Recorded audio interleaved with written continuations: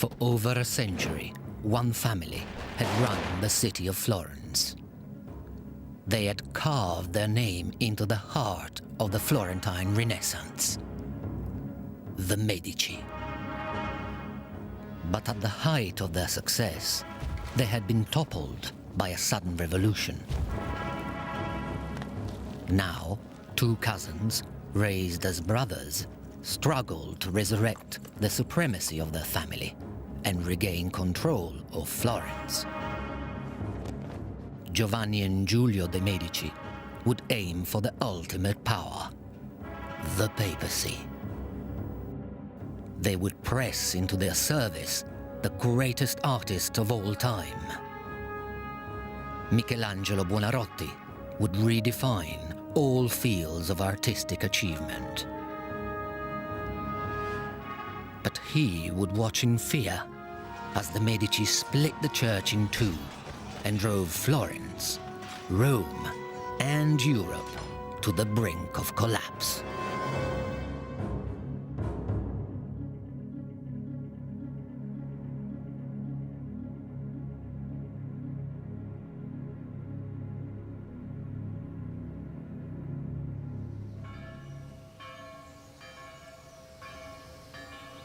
Florence, 1501. Home of the Italian Renaissance for nearly 200 years, it is a city at the heart of an artistic revolution.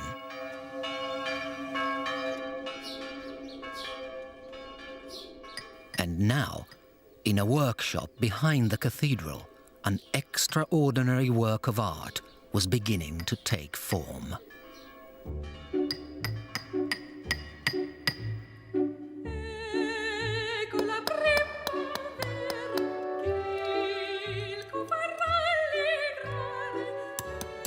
A single 13-foot block of marble had stood for 35 years waiting for a sculptor brave enough to take on the challenge.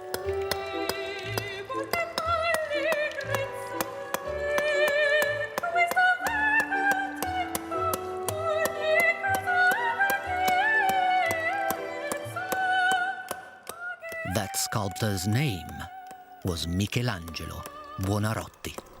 Michelangelo lived for his work. He was, I think, by any standards, a workaholic. He rarely ate. He didn't sleep very much. He would often set away in the dead of night with his hammer ringing away. He didn't take his boots off, apparently, for months at a time, so that when he did take them off, the skin came along with the boots.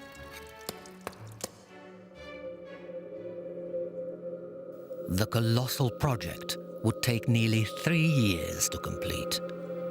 To guide his progress, Michelangelo submerged a small wax model in water. Day by day, he let the level drop. And what Michelangelo saw emerging from the water, he chiseled carefully from his marble block. He also devised a constant shower of water to keep the dust down and his body cool. The giant Michelangelo was creating would come to symbolize his struggles against the family he had once adored.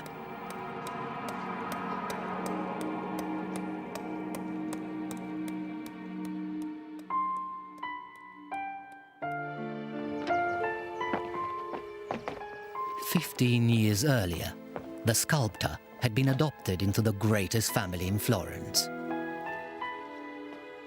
Michelangelo had moved in with the Medici.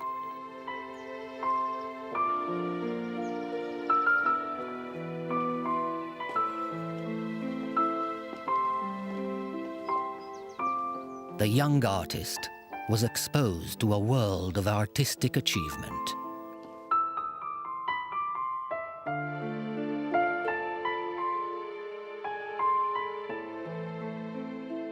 This single dynasty had nurtured the greatest artists of the Florentine Renaissance.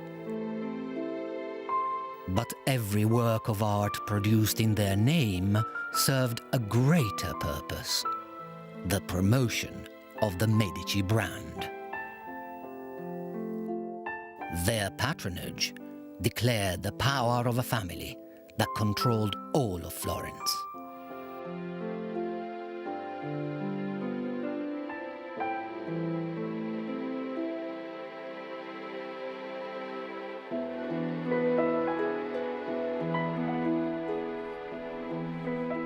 Michelangelo was raised alongside the heirs to the Medici dynasty. And he watched as Giovanni de' Medici was prepared for life in the church. Giovanni, Lorenzo's son, was marked out for the church from the age of 7. And his cousin, Giulio, is also marked out for the church. The boy is by Lorenzo. And the two are, as it were, brought up together.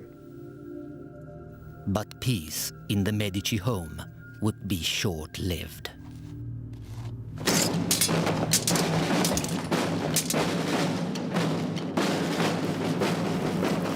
A bloody civil war exploded in the streets of Florence, sparked by resentment of Medici wealth and power. Michelangelo remained in Florence while all traces of Medici insignia were wiped from the streets.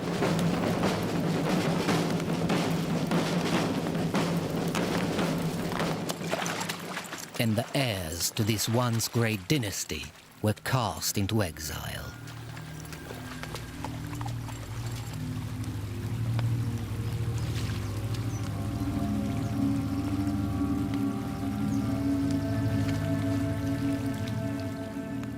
Giulio de' Medici had been ordained a priest and a prior.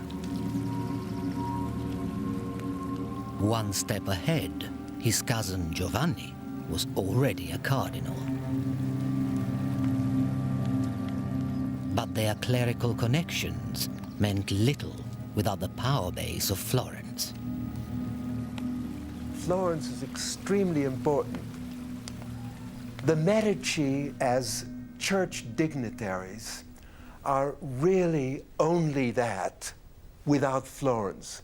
With Florence, they're much more. They carry much more clout.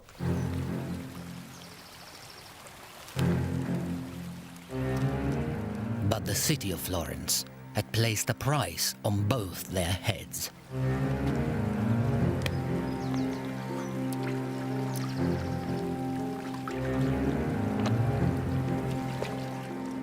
The cousins were forced to roam through Italy, seeking the support of friends who could lead them on the path back to power.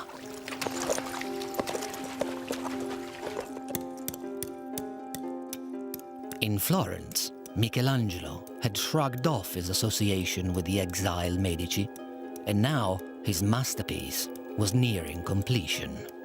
The city would soon have a formidable symbol of independence.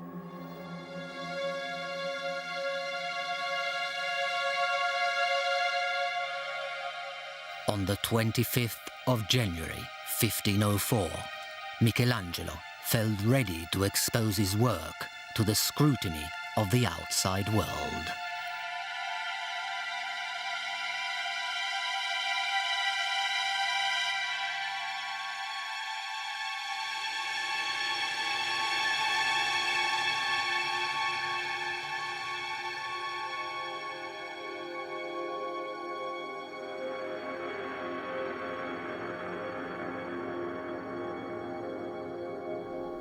The David started out as a commission for the cathedral in Florence to be put far up on the top of the building. That's why it's so big, because it had to be visible from the ground.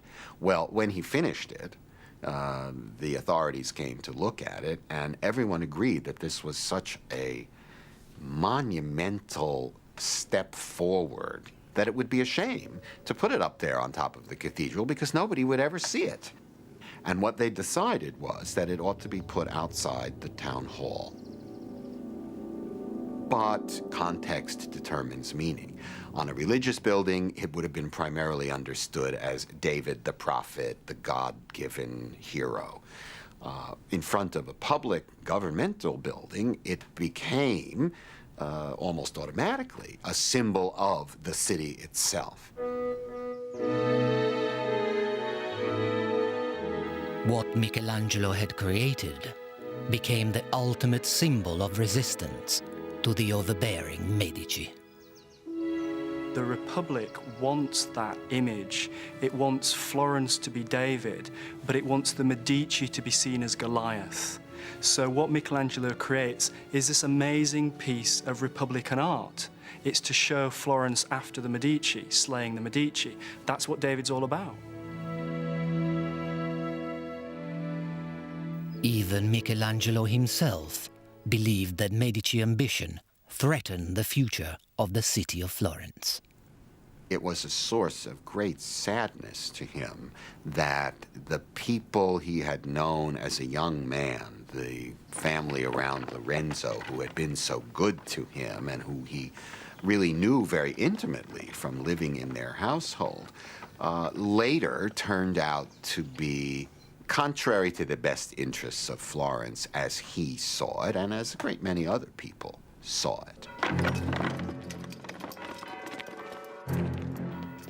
After 9 years in exile, Giovanni and Giulio de' Medici arrived in Rome.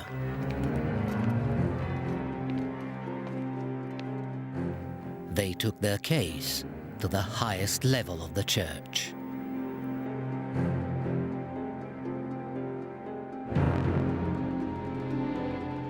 Pope Julius II was also from a powerful family. Fortunately, he was sympathetic to the plight of the Medici.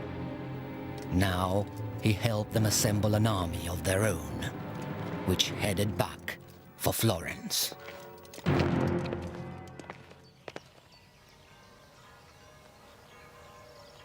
In the absence of the Medici, the city had embraced a new spirit of independence.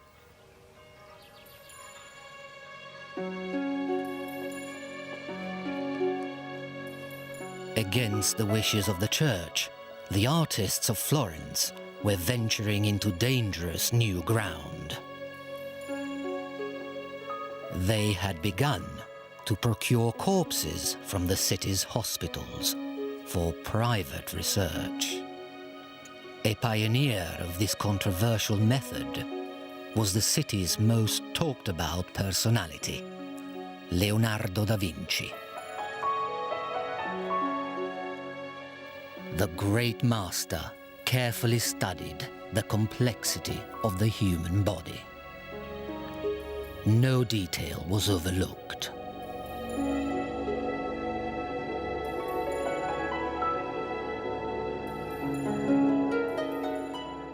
Leonardo was famed throughout Europe as the greatest artist of his time. But he knew there was another contender for his title, Michelangelo. And with the city under threat of invasion, the rival artists were brought face to face for an exercise in civic pride.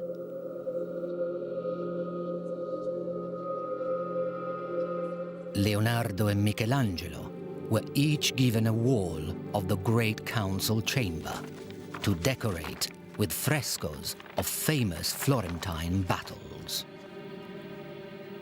It was a contest between two utterly contrasting characters. Leonardo is the urbane, sophisticated, slightly dandyish figure, turns his hand to a bit of everything. Michelangelo, on the other hand, is this untutored genius, very difficult, very fragile, very bad-tempered. And the clash is very, very interesting, two very, very different styles. Leonardo conceived of the Battle of Anghiari as a visceral and heroic action scene. No one had attempted such frenzied violence before.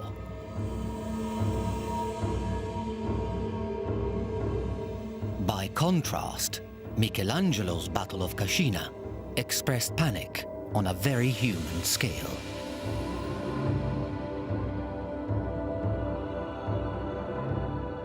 The artist had caught the mood of an apprehensive city.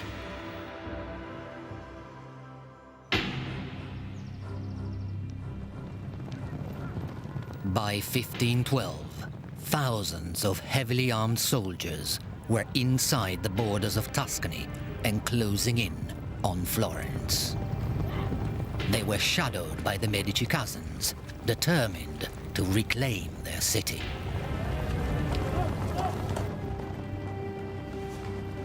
The people of Florence prepared for the onslaught to come.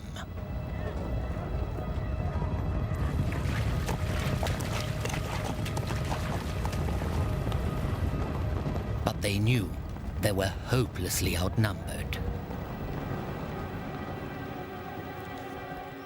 The leaders of the city called on their chief advisor, a political genius who had guided the Republic since the expulsion of the Medici. His name was Niccolò Machiavelli. Machiavelli was a single-minded patriot determined to defend the city from Medici dictatorship. Now he set to work. Mobilizing thousands of men from towns and villages all across Tuscany, Machiavelli assembled and equipped a national army.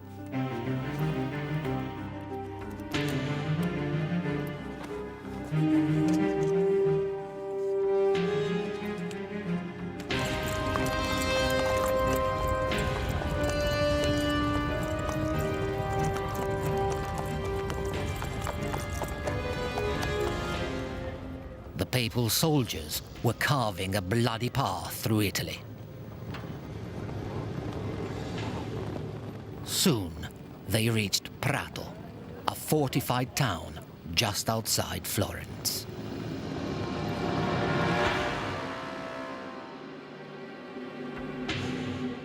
Witnesses recorded the devastation perpetrated in the name of the Medici. They broke through the wall and began to race through the town, where there was no longer any resistance, but only cries, violence, blood, and killing. Machiavelli's soldiers stood no chance. The sack of Prato was a bloodbath.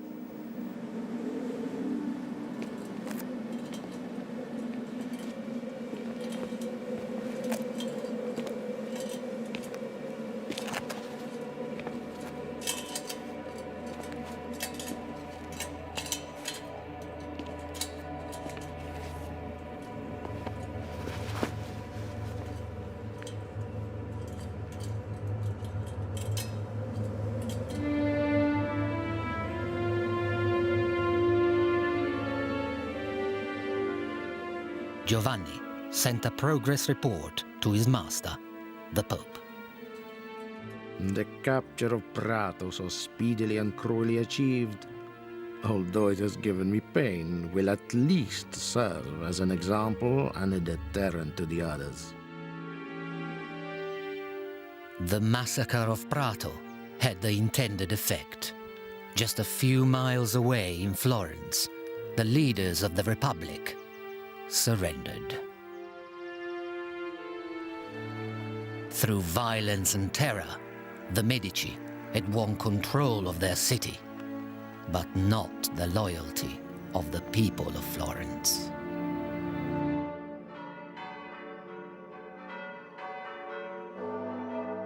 Before long, Giovanni received dramatic news. His mentor and master, Pope Julius II, was dead.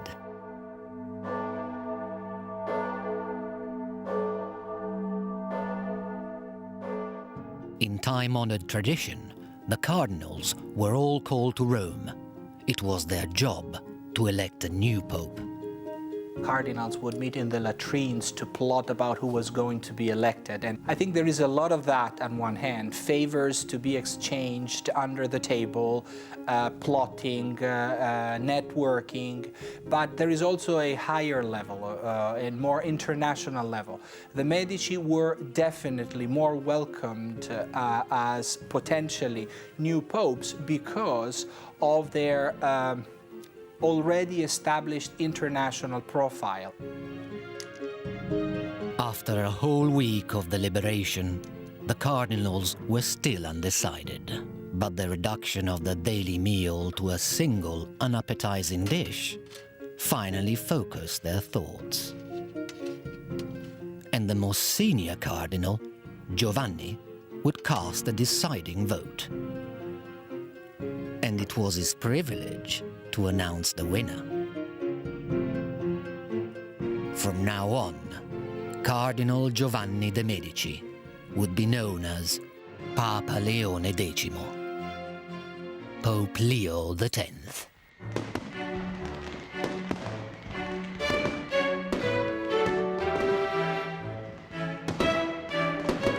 Giovanni's accession to the papacy changed everything.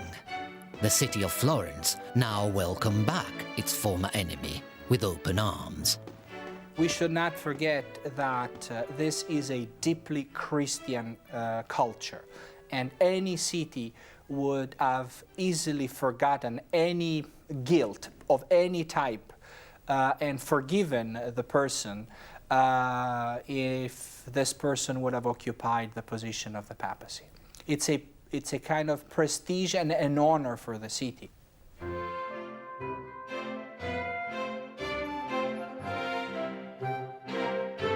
For the first time in history, the leader of the Catholic Church had been born in Florence.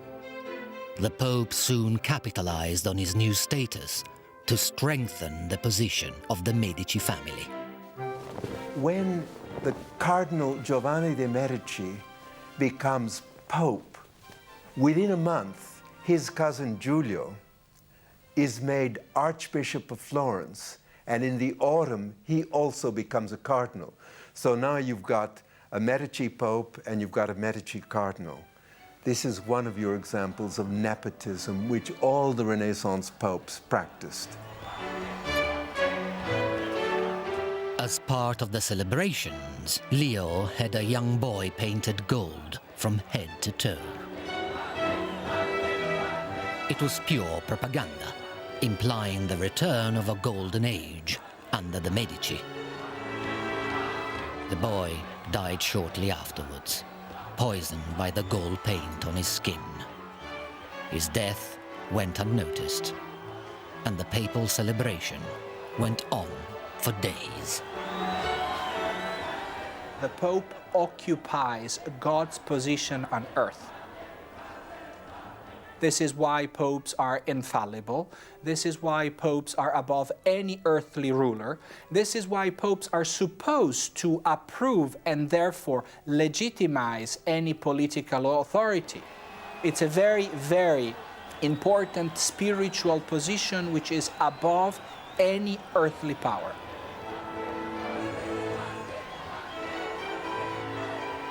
Giovanni was a fun lover. He loved drinking, he loved hunting. The moment he was made Pope, he wrote a letter to one of his brothers saying, "God has given the papacy to us, let us enjoy it."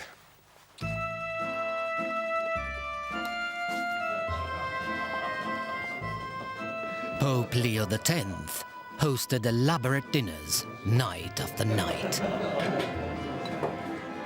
One ambassador sent a breathless letter home. The meal was exquisite. There was an endless succession of dishes, for we had 65 courses.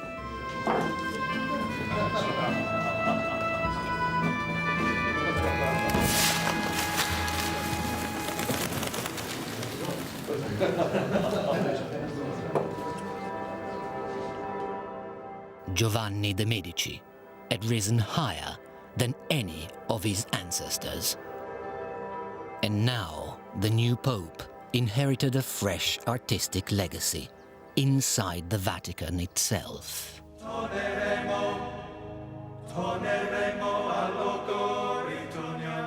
For 4 years, Michelangelo had toiled on a major commission in Rome. The late Pope Julius II had commanded him to paint the ceiling of the papal chapel inside the Vatican. But the ceiling of the Sistine Chapel was 1,000 meters square.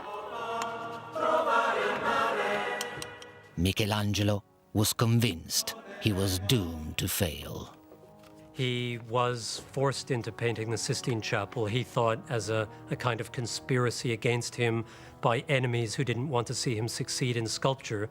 And so it's a great irony that the man that I think we consider the greatest artist of all time, the greatest painter of all time, never actually thought of himself as a painter. Michelangelo resented every minute he spent on the Cappella Sistina. This difficult position shoves my stomach up to hang beneath my chin. My loins have gone up into my belly, and I cannot see where to put my feet.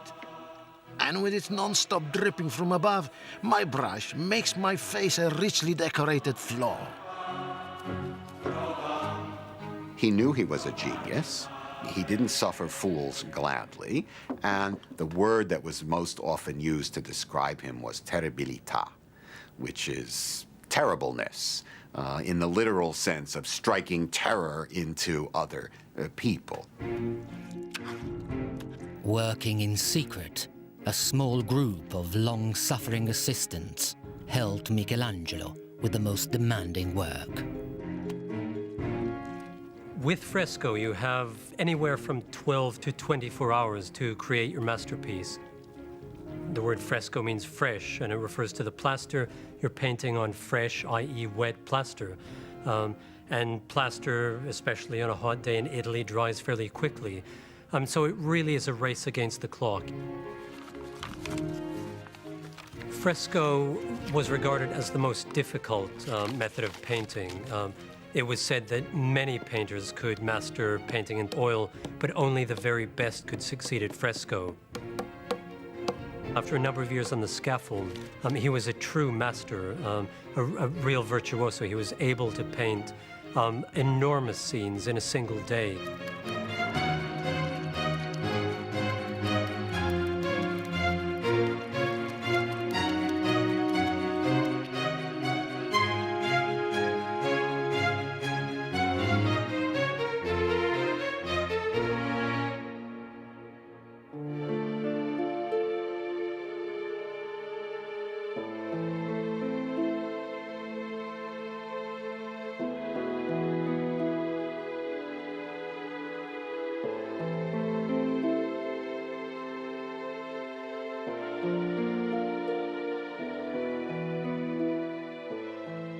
Michelangelo covered the ceiling with around 300 figures and stories from the Bible, among them the flood, the origin of the stars, and the creation of Adam.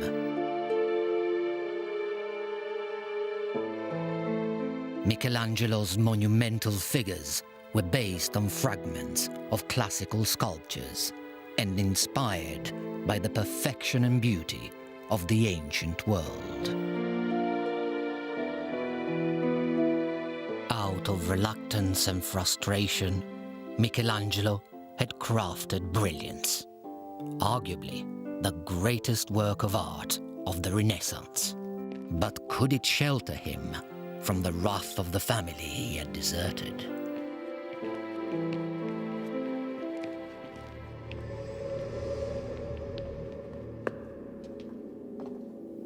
Michelangelo was always very fearful for his political life. He would take to his heels at the faintest whiff of gunpowder. He was fearful of reprisals against him because he, of course, had found himself in with the regime that replaced the Medicis.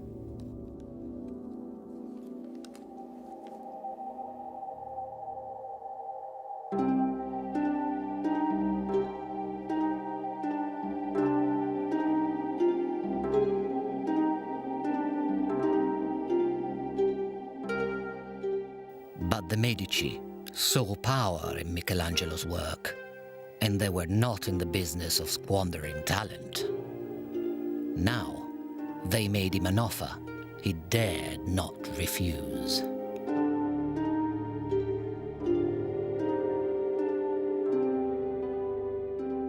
They ordered Michelangelo to build glorious tombs for their dead fathers, Lorenzo the Magnificent and Giuliano de' Medici.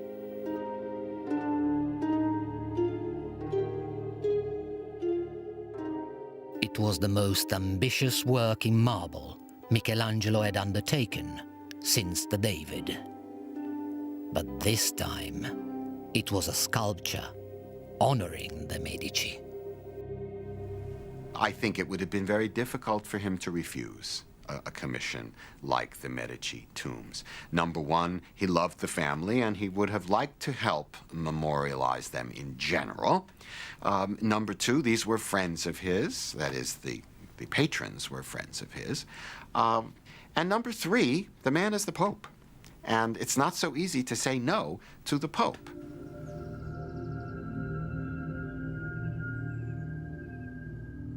The authority of Pope Leo X was stamped across Florence. Everyone knew that their future lay in his hands. Even Machiavelli, who had once defended Florence against the Medici, now lobbied hard for a job inside Leo's regime.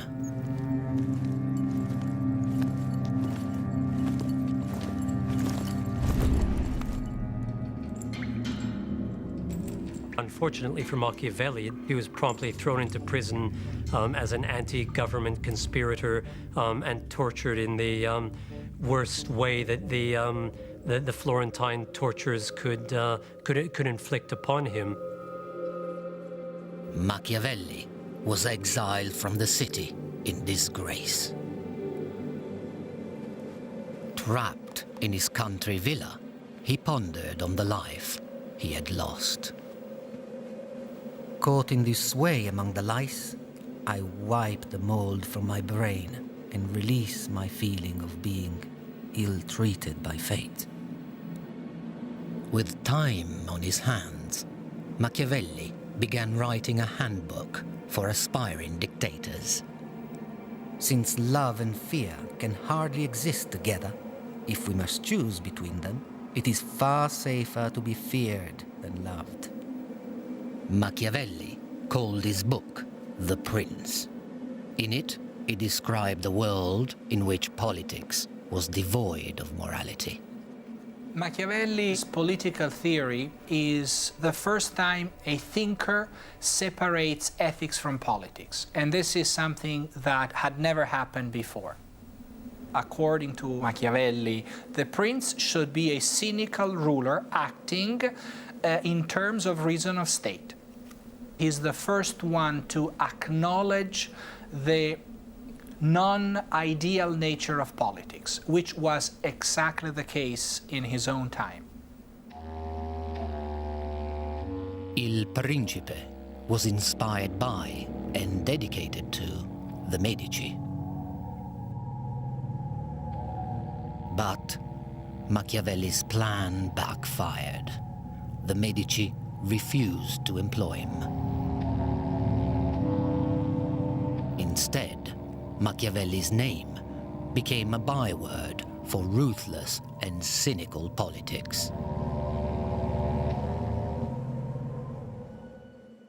And nowhere was the struggle for power more cutthroat than inside the Vatican.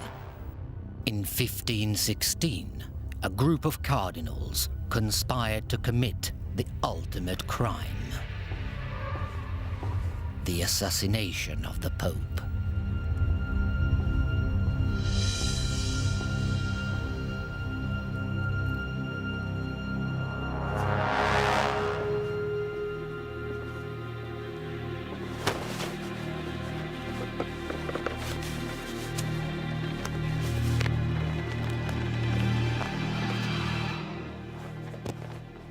But Leo had been warned of the conspiracy to kill him, and he would have the conspirators killed instead.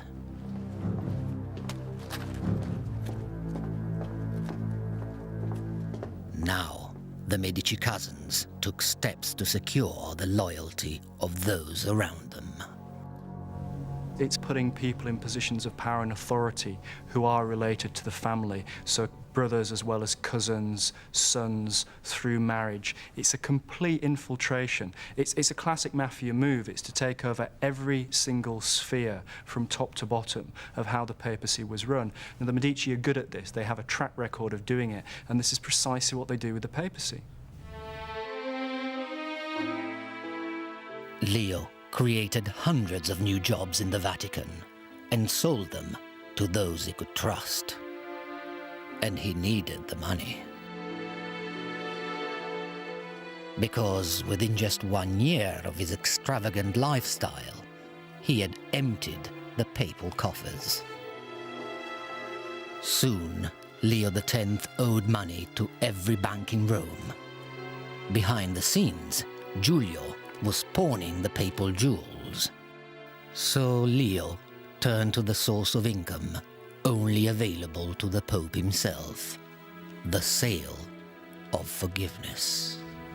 He started selling what are called papal indulgences. And these are basically pieces of paper which give you remission from sins. So if you've been naughty in some respect, the Pope would sell you an indulgence which would remit your sins, it would cleanse your sins. Leo wasn't the first pope to sell indulgences, but he sold them on an unparalleled scale. And his tariff was affordable to even the poorest man.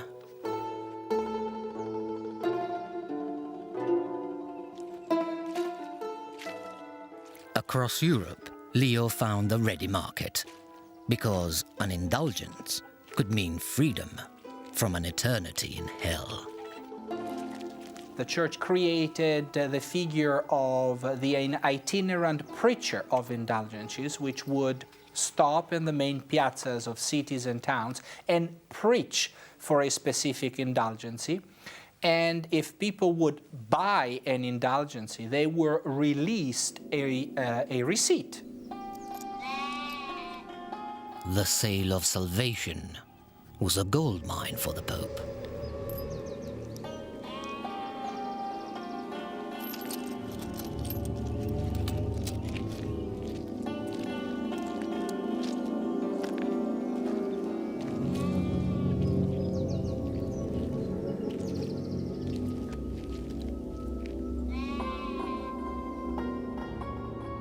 An indulgence could even be bought on behalf of the dead, so that their soul might be sped on its journey to heaven.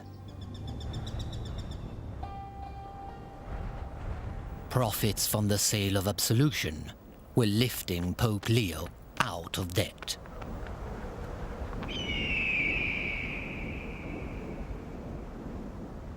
But for one man, a German monk named Martin Luther, they were a step too far.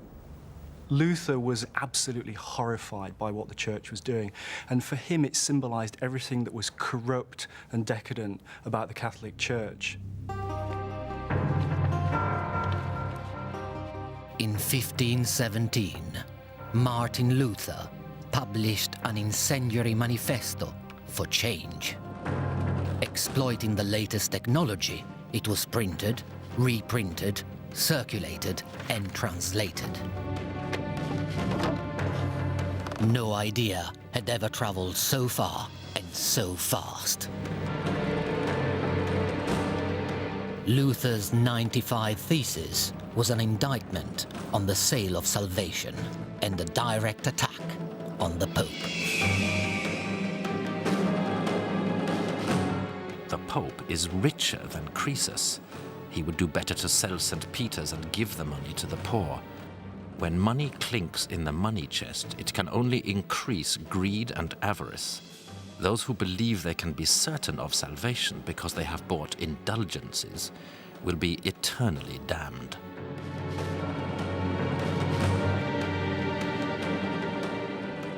No one had ever dared use such outspoken language against the might of the Catholic Church.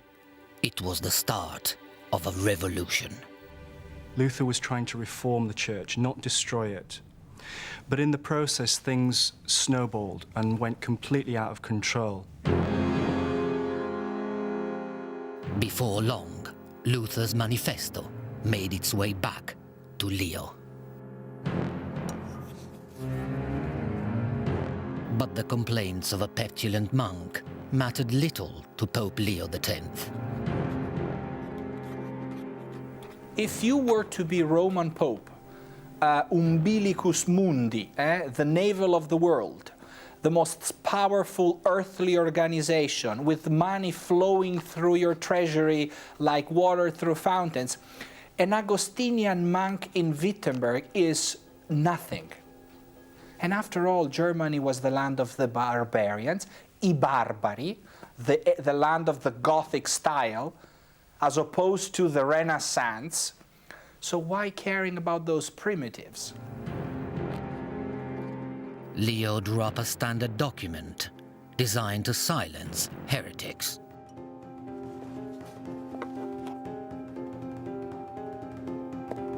The bull of excommunication condemned Luther to hell. The Pope is able to decide for the redemption of every human being. So being excommunicated by a Pope implies being denied access to heaven. And if you are a Christian, I think you care a lot about that. But Luther would not accept his punishment, and his refusal to repent triggered a battle for the soul of Europe. The Protestant Reformation was a revolution. It's one of the most important things that happens in the Renaissance, and it split the church in two. And we still live with that division between Catholic and Protestant. It's right with us today, and it starts back in that period between Luther and Leo.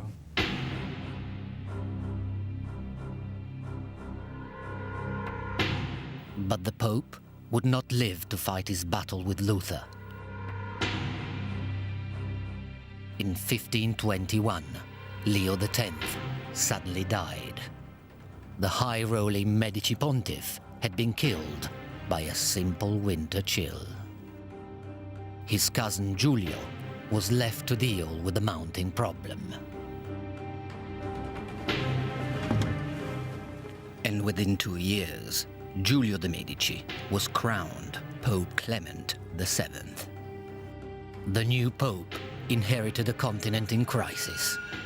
The fallout from Luther's Reformation now brought furious armies to the gates of Rome itself. Rome was the city of pilgrims, was the city where St. Peter was buried, was the seat of the Pope. No one would have ever imagined in Western Christianity that anyone would have dared to consider pillaging and destroying Rome. It was simply città sacra, a sacred city, and you don't sack a sacred city. But to the men surrounding Rome, there was nothing that remained sacred about the Catholic Church. Many were followers of Luther, now fueled by deep religious hatred.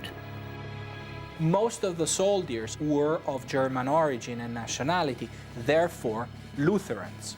So they considered Rome as the new Babylon, the new city of sin, which is the seat of the Antichrist.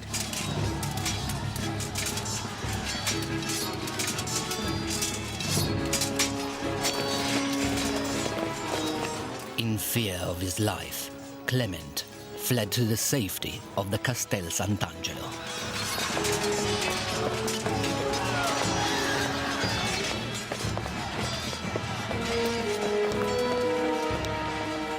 And his fears were justified. For the next day, Rome was torn apart without mercy.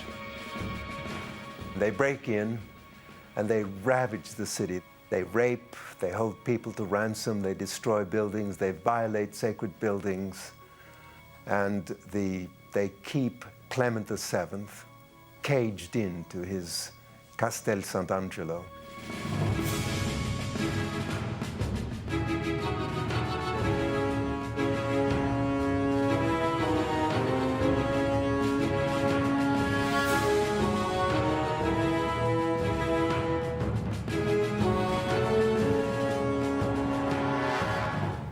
about 8,000 people died on the first day.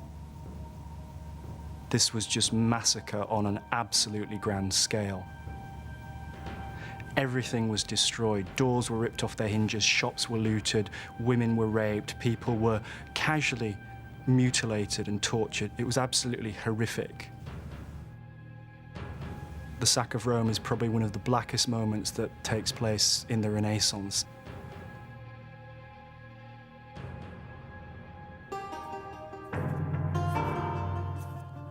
After 7 months on the siege, Clement perfected his plan for escape. Changing his robes for rags, he had the papal jewels removed from their settings and all the gold melted down.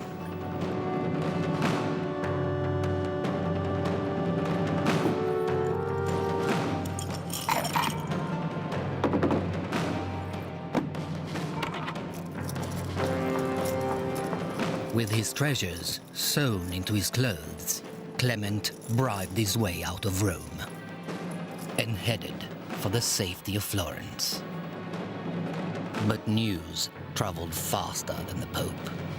Inspired by reports from Rome, enemies of the Medici in Florence were already running riot. They attack what symbolizes that regime. And they attack the buildings, which are the embodiments of that authority. So for the Medici supporters in Florence, that week was a week of total blind fury. The rioters struck without discrimination.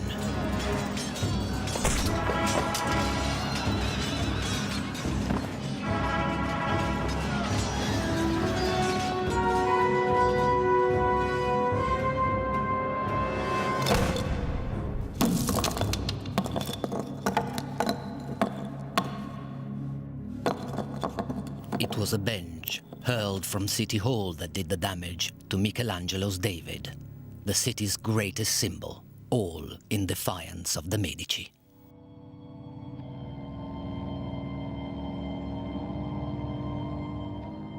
In the wake of the chaos, Pope Clement VII stood poised to attack Florence.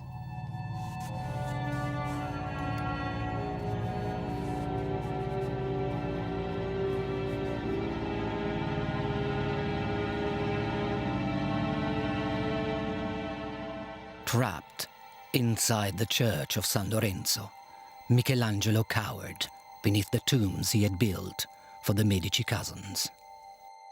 I hid in a tiny cell, entombed like the dead Medici above, though hiding from a live one.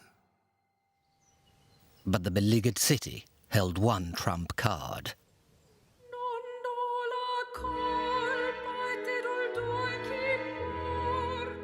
Captive inside Florence was the last legitimate heir to the Medici line. Clement VII's niece was 11 years old. Her name was Catherine de' Medici.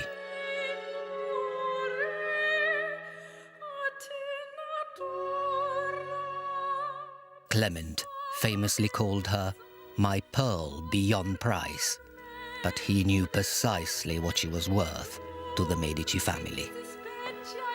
Unfortunately for him, so did the people of Florence. They threatened to throw Catherine into a soldier's brothel unless Clement agreed to a truce.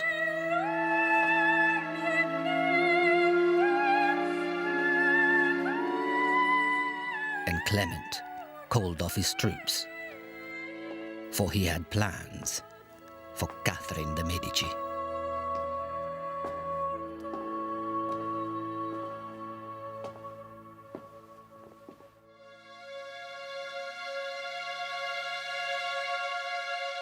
Clement soon capitalized on Catherine's survival. Within a few years, he married her off to the son of the French king. She was only 14. The unrest which her uncles had unleashed now traveled with her. Under the reign of Queen Catherine de' Medici, religious hate would soon infect France as well.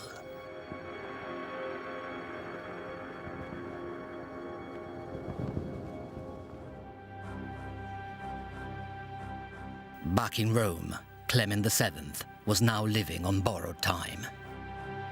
Desperate to make one last grand gesture, he summoned the man he'd grown up with, Michelangelo. A massive fresco inside the Vatican would mark the completion of Michelangelo's work for the Medici popes. But it would also reflect his mood towards his patrons. Over the altar of the Sistine Chapel, Michelangelo chose to portray the Last Judgment.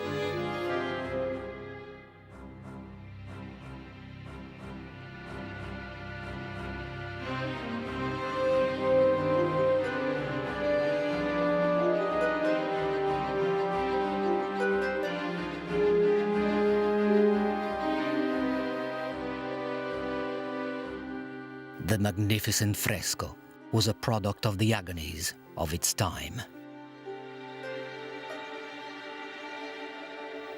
This is one of the most tragic periods for the history of Europe. So art could not be anymore a mere representation of natural beauty as it had been in the Renaissance because of the dramatic events which were typical of that time period.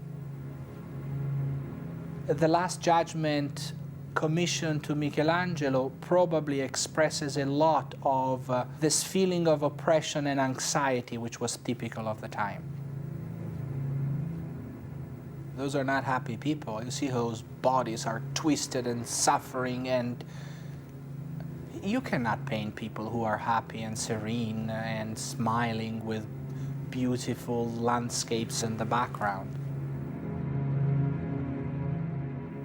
It's like the transition from Impressionism to Expressionism. Impressionism is serenity, flowers, beauty, bucolic nature. Expressionism is dramatic. Expressionism is unbearably violent as an art.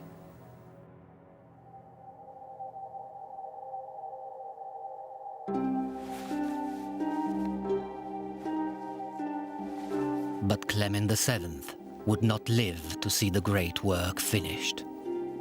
In 1534, exhausted by the turmoil of his reign, Giulio de' Medici died.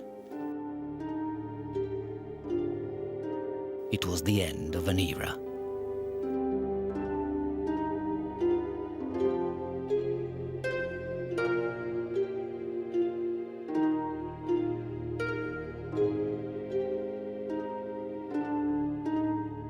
The corrupt, disastrous reign of the Medici popes was over.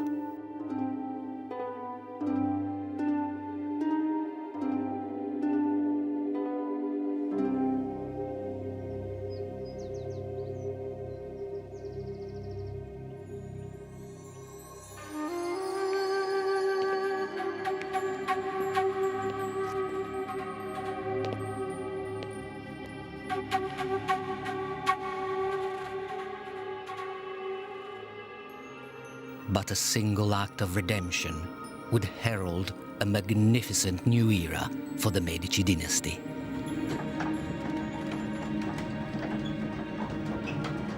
Future generations would take the Renaissance beyond the realm of art and sculpture and change man's understanding of the universe forever.